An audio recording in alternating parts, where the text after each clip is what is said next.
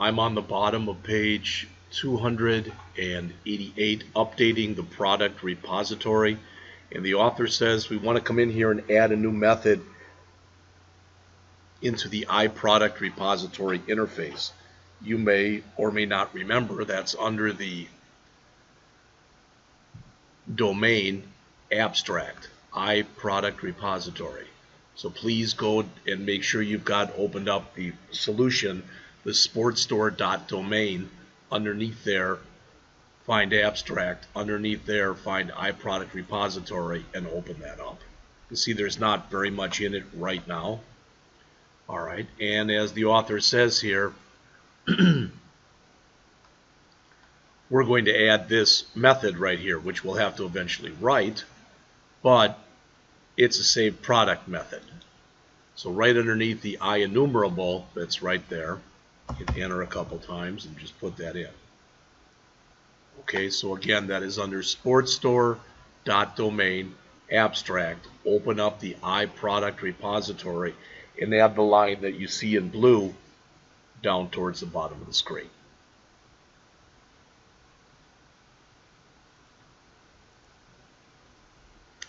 So the author says we can then add the new method to the entity framework implementation of the repository defined under concrete EF product repository. So it's in the same area, except rather than it being under abstract, it's under concrete, and it's the EF product repository that's right here. EF again for entity framework, of course. All right.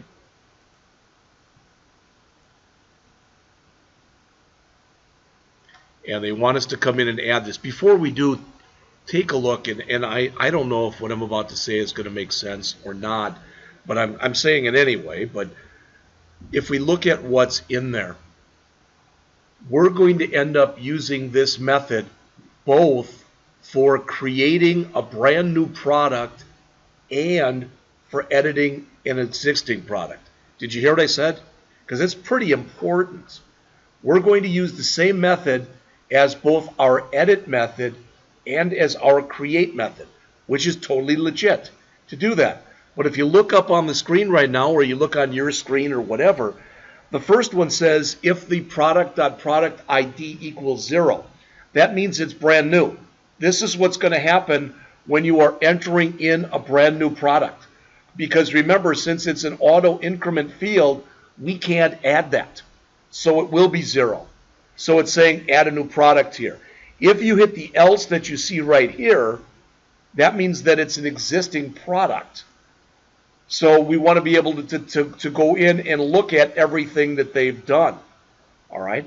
But either way, whether this is true or whether this is true, when we get done, we want to save the changes. One thing you may or may not notice when you look right here, notice what do we have? We've got a name, a description, a price, and a category. Now the name and the description, we could even leave those blank because they're both just string fields. But if we either leave the price blank, all right, for the new product, or we put in something non-numeric, the program is going to blow up. So we're going to have to come back and look at that in just a bit. All right, but I'm going to grab this thing that he's got right here. And again, we are to put that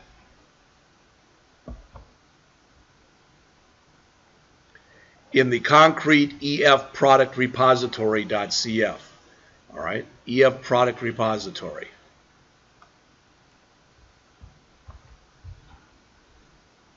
All right, it was giving me an error at first because we didn't have that method in there, although it was stated that we had to have it in there. And again, so notice what this is saying is if I'm defining that here and I want to use that interface, all right, that someplace that particular method has to be defined. And if it's not, we're going to get an error message. So we went and defined it in here in the product repository. All right.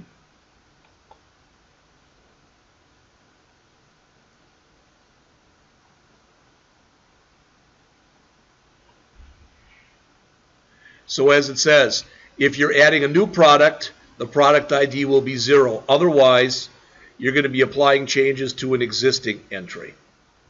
All right.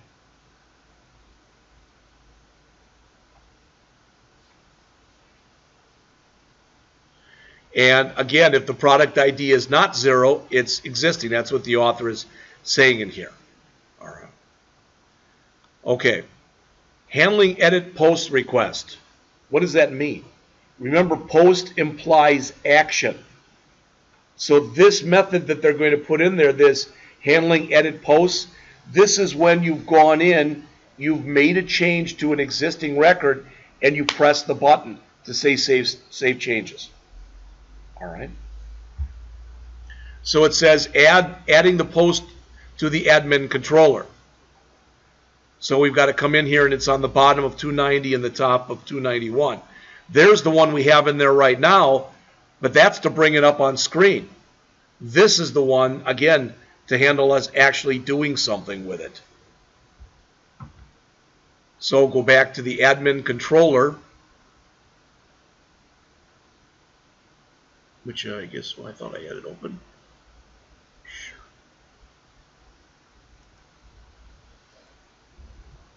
There it is. And right under the edit, which we don't have to write this, but it's the get. All right, so right under the get, we are to go in and add the post. That is part of it right there. It's not done. All right, it's not done because the rest of the code is shown in the book here on the next page. So on the top of page 291.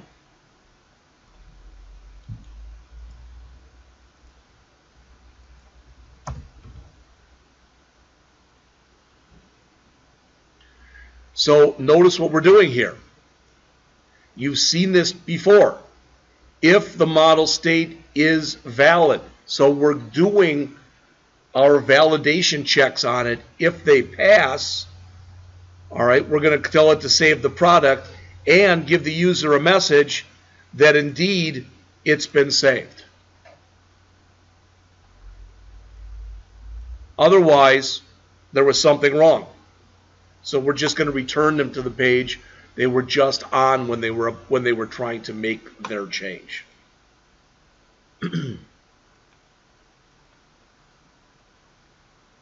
And again, the author mentions that in here. There is one thing that's new in here if you look. This is the first time that the author has done this. If you look up on the screen and you look right down near the bottom of page 290 here, or on your screen, the author here is using something that's called Temp Data. We've used ViewBag before, and Temp Data is like ViewBag. But with ViewBag, if you go and you call another URL, all right, typically what's in ViewBag can very well get lost. Plus, ViewBag is the best when you only have very little pieces of data. When you don't want that to happen, you typically use Temp Data. And the author mentions that here. All right, where is it? So he says right here, it says, I cannot use ViewBag in this situation because the user is being redirected. ViewBag passes data between the controller and the view. It says we could have used session data, but then the message would persist until you physically removed it, which is not a great idea either. So he says here the perfect fit is to use Temp Data, which is kind of a, for lack of better words, kind of a cross between the two. All right.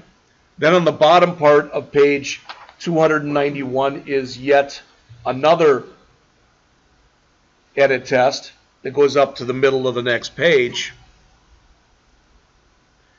followed by displaying a confirmation message.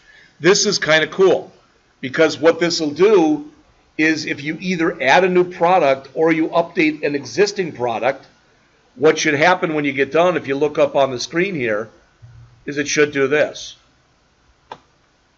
They go in where you've got kayak and they change it to green kayak. And then they save it just to show you what will happen. All right.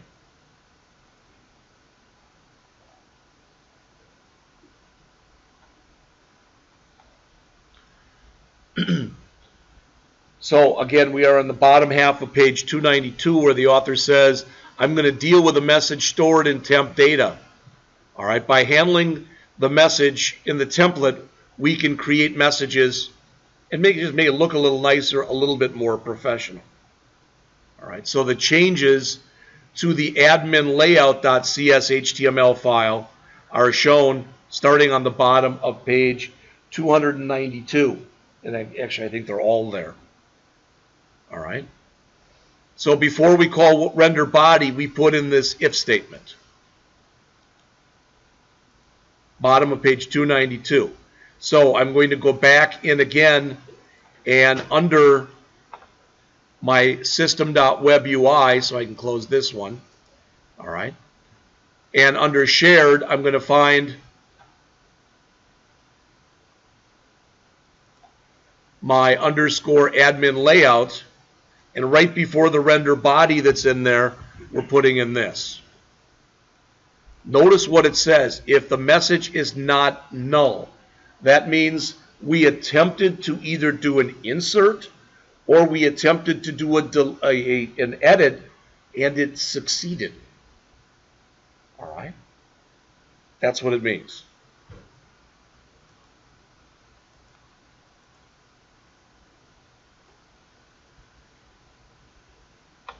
So we should be able to go back, run it again, and go to our admin index. Let's try to make the change that he made. So I'm going to run this.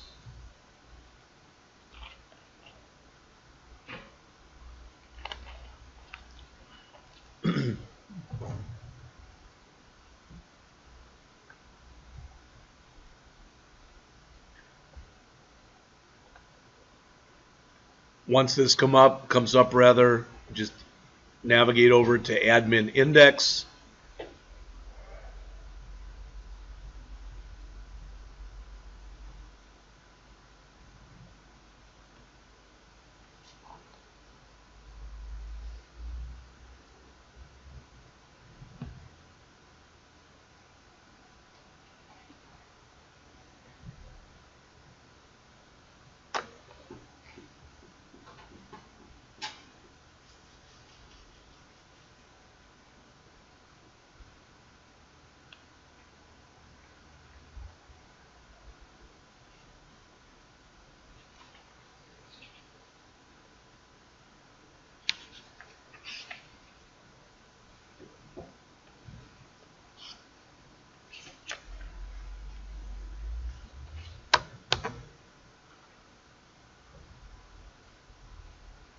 There we go.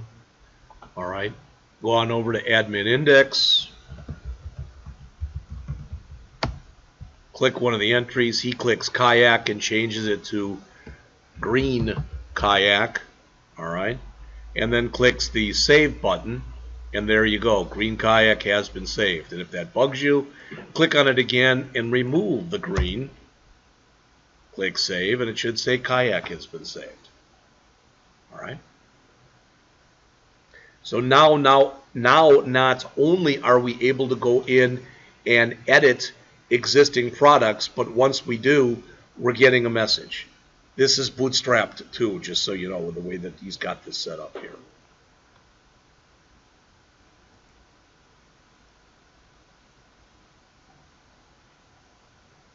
So that's what he has you do on the rest of page 293 here. I just did it. So it says the message will disappear if you reload the product list screen because temp data is automatically deleted when after it's been read. Okay, so it won't persist forever, in other words. All right. Now, it says, as is the case for most projects, we want to add validation rules to the model entity. That should make sense to everyone. All right.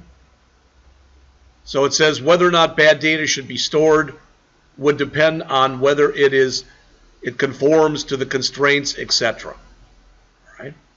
So the listing here shows how we've applied the annotations to the product class. Well, notice what's here. We've already gone into the product class, but now we're putting more stuff in there. But let's just take a quick look. Notice that every field that's in there right now is required. The one field that's not required is the hidden field. But every field that we have to input is now required. All right. I'm not going to try this, but you'll notice again with 3 out of the 4 fields are string fields. All right, those being what? Name, description, and category.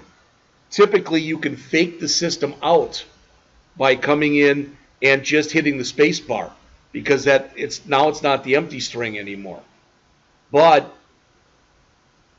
I don't like what the author does here. Notice he uses the range annotation, which is fine. But he says the minimum is a penny, and what can you buy for a penny today? I don't even know if you can buy that gum in a gumball machine for a penny. All right?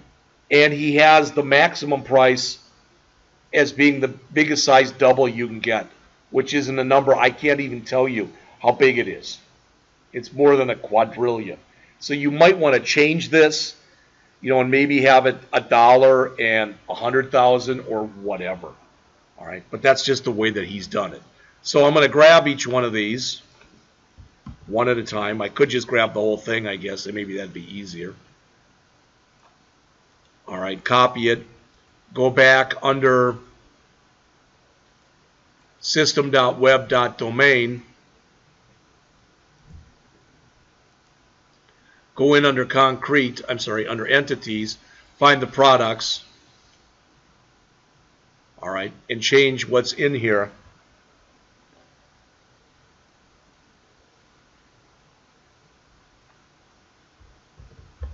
to what's shown. Okay, again, you've already heard this, but I like putting a line between each one of these, and I can tell where one begins and ends. And not there. So again, as already mentioned, you can see now, okay, you can see the product ID is hidden, but you can also see now that name is required. All right. You can see that description is both multi-line and it's required. Okay. So what I should be able to do right now, and again, this shouldn't surprise anyone, I'm going to save this. I'm going to run it again.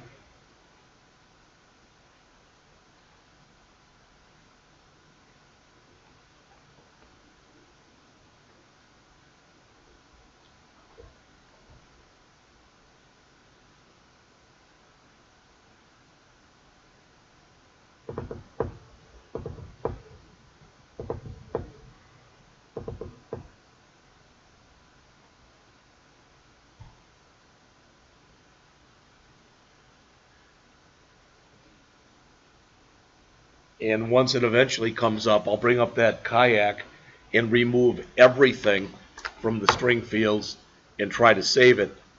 Okay, so I'm going to go here to admin index. Again, doesn't matter which one we bring up, but I'm going to try to remove this and this and this.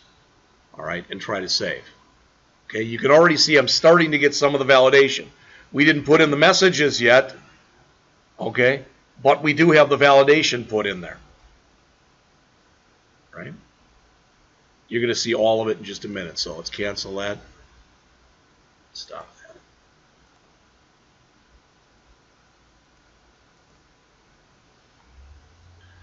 So we want to add validation messages into the edit.cs HTML file. And where is that? It'll be one line, basically, I think.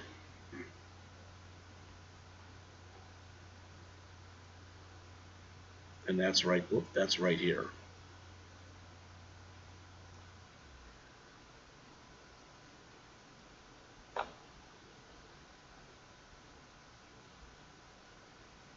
Okay, so it says here the text box and the text area helper methods that were used to create the input and text area elements will be used by the framework to signal validation problems. The signals are sent using classes for which we define styles in our content error styles, all right, which we had already done. It says we need to provide the user with details of any problems, and that's what they've done here, all right, in the edit.cs HTML.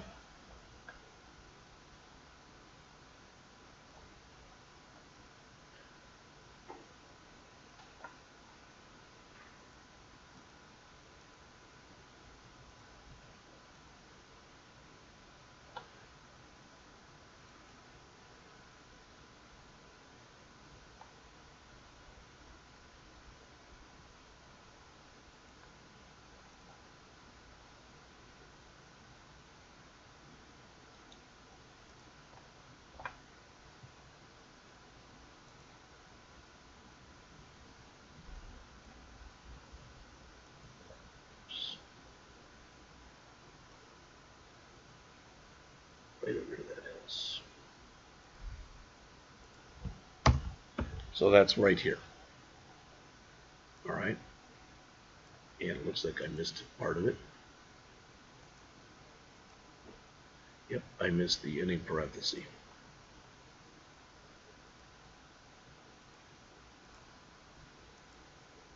Okay.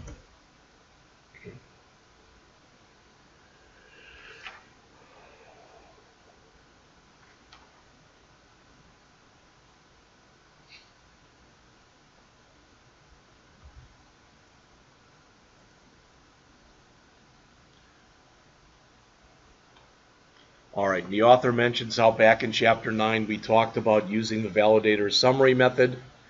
You've got your choice. You can do a summary method where you show all of the errors either on the top or on the bottom, or you can just do validation errors like we've got here. So this is hopefully what's going to happen now, is it'll show us those messages we provided earlier. Please enter a description. Please enter a positive price. Please enter a category. All right.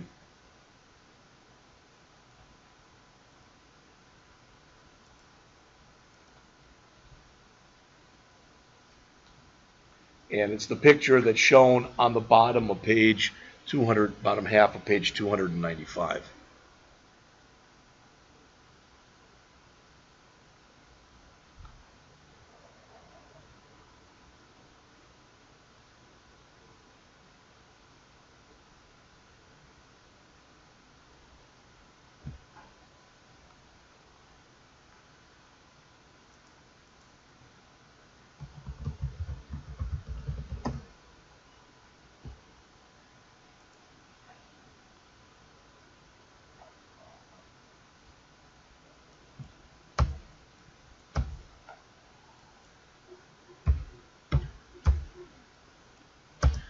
So I removed everything and I took the price and made that negative.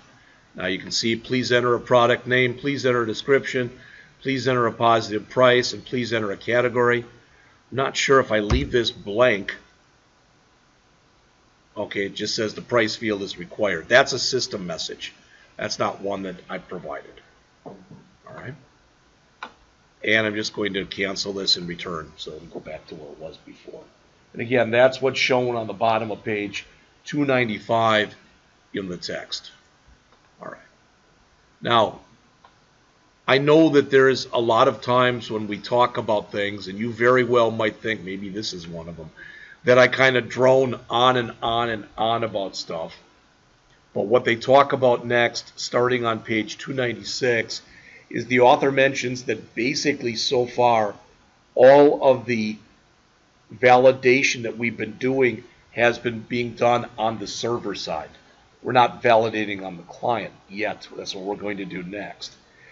And again, you've heard me say this before, you should always validate on the client first. You validate on the client first because if you send it over to the server and there's errors, you've made the server do work that it shouldn't have to do. All right. Not only do you validate first on the client, but just in case the client machine has turned off JavaScript, okay, you also run the same tests again then on the server. And that's pretty much what the author says in here. I'm not going to sit and read that to you. But under the enabling client-side validation here on the top of 296. So what we want to be able to do in here, hold on a sec. All right, is we want to install jQuery validation. All right, so we're going to have to go to the package manager and put in this line of code. And the author mentions, just so you know, there is a chance when you put this in, you'll get a message that says it's already installed. Doesn't matter. The light switch is on, I just go and turn it on again. All right.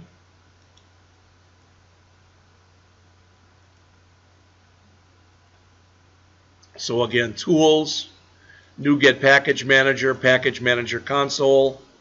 From the console, command again is, well, too fast. Was install minus package Microsoft.jQuery.unobtrusive.validation minus version 3.0.0 minus project name sports store web UI. I got no error messages. Nothing is red. I did not even get any warnings because nothing is in yellow. All right. Oh, that was interesting because I put it over 2 lines. That's interesting. All right, let me grab that again. I installed it for everything in the project because I put this, since I copied it from the book, it put it over 2 lines. I'm going to try it again and just see if it'll let me do that. Nope.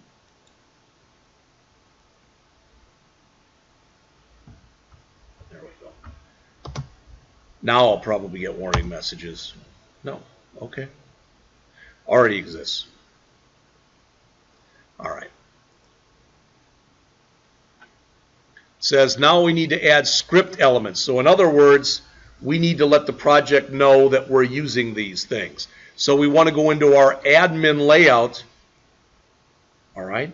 Our admin layout, and we want to add these 3 script tags that you see right here. Okay. And typically whenever you see this unobtrusive.js, all right, what you're telling the system to do is validate first on the client. All right. So I'm going to grab these 3 lines right before the title that's under the admin layout file. Again, that is in our web UI, and it's under our views shared. What's that? No. There we go. All right. So right before we have our title in here. Doesn't matter if we put them before or after these. There they are. Not only that, typically when you start playing around with unobtrusive.js, you may or may not have to go into web config and make changes. Talk about that in just a second.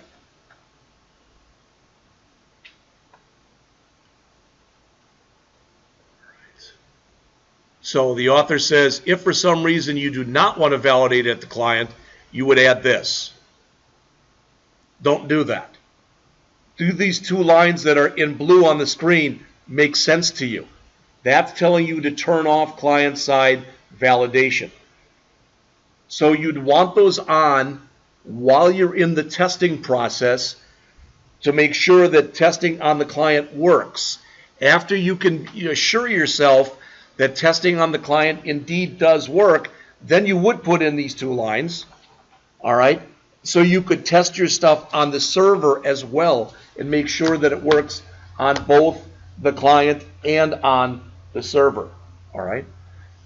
But if you're going to do that, if you're going to turn it off, then you've got to go into your web config file. You don't have to do this, all right? But the author, the big web config at the bottom. Oops, not that one. And in here, I think it's under, there it is. Notice that by default anyway, see this? Visual Studio by default sets all that stuff to true. So if I wanted to turn it off for the entire project because I wanted to test just on the server side, I would manually go in there then and set it to false. And that's what the author mentions here on the middle of page 297. Right there. Okay, creating new projects, or products rather, I should say. This is just about it. We're coming close to the end here. Next, the author says, I will implement the create action method, which is the one specified by the add a new product link on the product list page. Again, please listen to this. This is the first time the author, when we write this, is going to call the edit method from a create. Remember that edit method that we looked at earlier was designed to handle both a create, that's if that product ID was equal to 0, and an edit. All right, I don't think we've ever done this before. And the author says, this will allow the administrator to add new items to the product catalog. All right, adding the ability will require 1 small addition, 1 small change. Again, this is an example of the power and flexibility of a structured ASP.NET application. All right. First, it says we want to add the create method to our admin controller. So go to 298 and add this to your admin controller right near the bottom. There's a couple of these.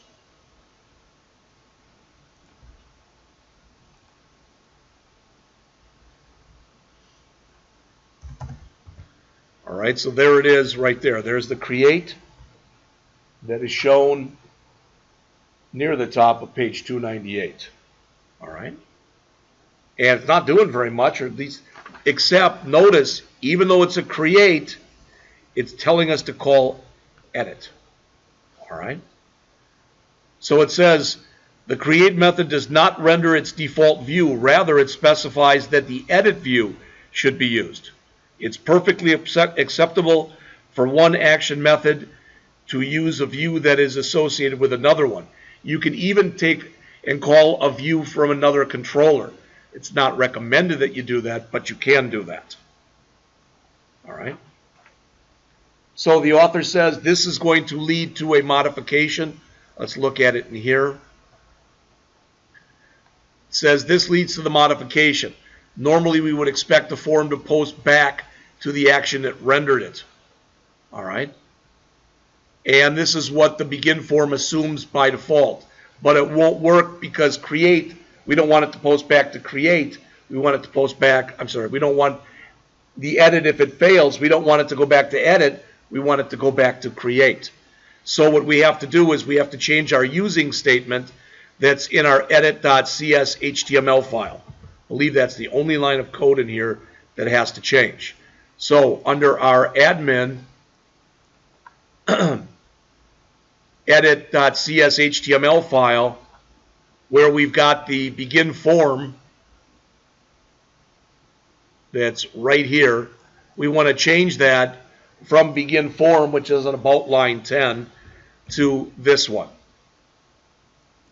All right. So again, I'm at the edit method that is under admin.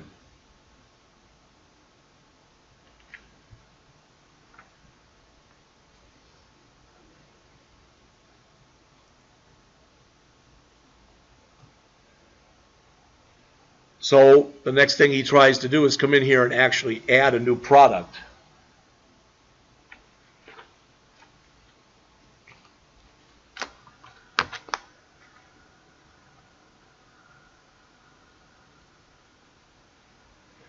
So he comes into here, does another admin index. All right, this time goes in and clicks add a new product. Doesn't like something. I'm missing. Looks like I'm missing a curly brace, so I got to go back. So let's do that.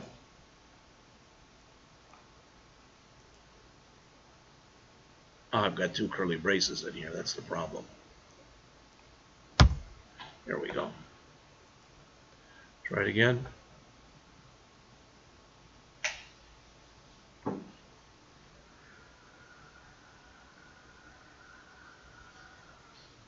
Again, go out to admin index.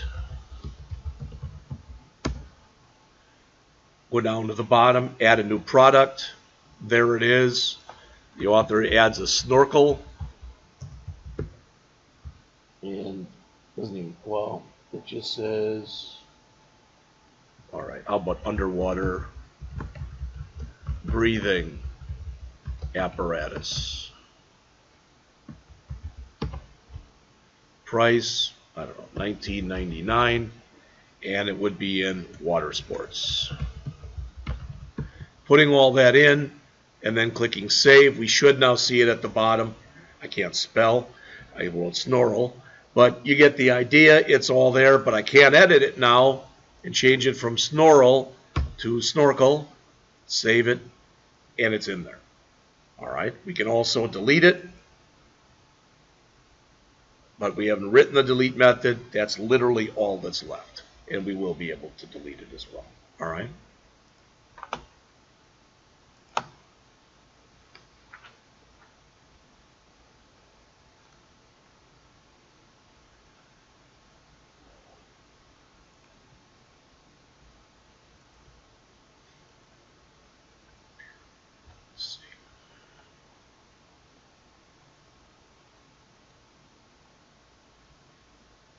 All right. Adding support for deleting items is also simple. We've got to again go back to the iProduct repository interface that's under our sports store domain, and then under the abstract in that iProduct repository CS file, we just earlier added the save product. Now underneath that, we've got to add a delete product.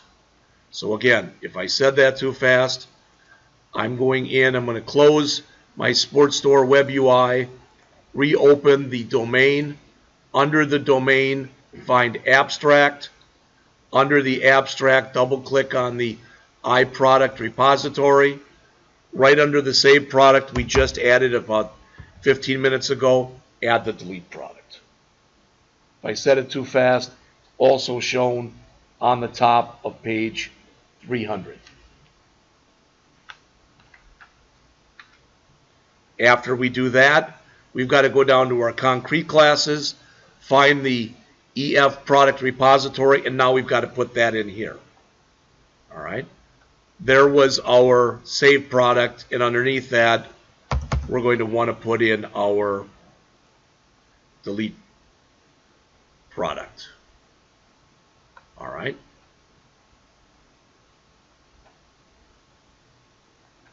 So it's shown on page 201, and what you'll notice in here, it's delete's a delete. All right. In other words, when you are sitting there and setting this stuff up, if you press delete, you just said I want to get rid of something. So the other thing that we might want to do is, again, is I don't believe that he adds a thing in here that will ask, are you sure you want to delete this? I'll take a look in a second.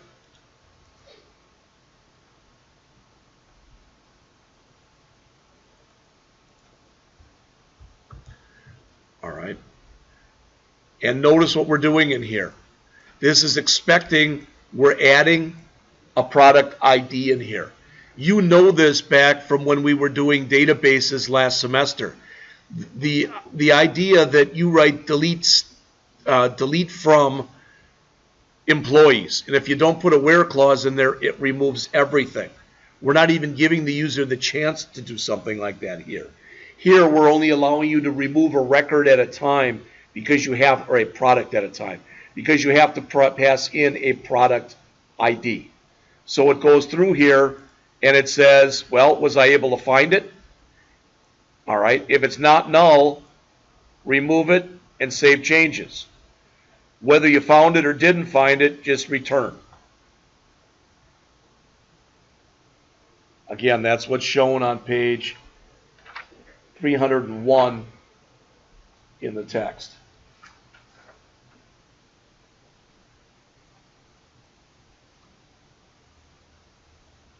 So we've got to go back to our admin controller here on 301, and it says here we're going to put a post in, and this is kind of what I was saying before. The final step is to implement a delete method in the admin controller. All right, it says this action should support only post because deleting items is not an item-potent operation. If you don't know what item-potent is, what the author is saying here, a delete is going to remove something. There is no get. There's nothing to really bring up. If you say you want to delete it, you're deleting it. So in the admin controller, we've got to add this as shown down towards the bottom of page 301.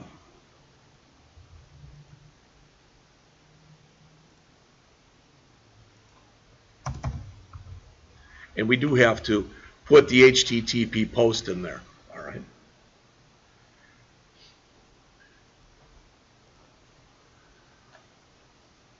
So 302 has got a unit test.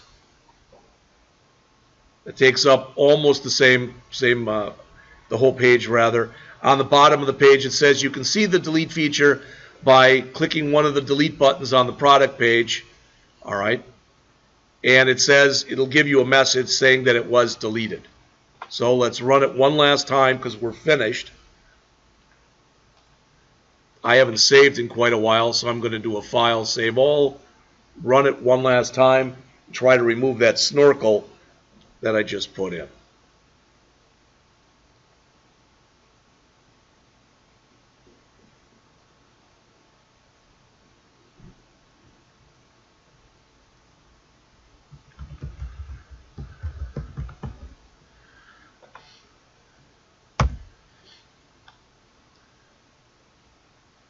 right? And it's gone. You'll notice if I go back to add it again, and I again put in snorkel, spelled right this time.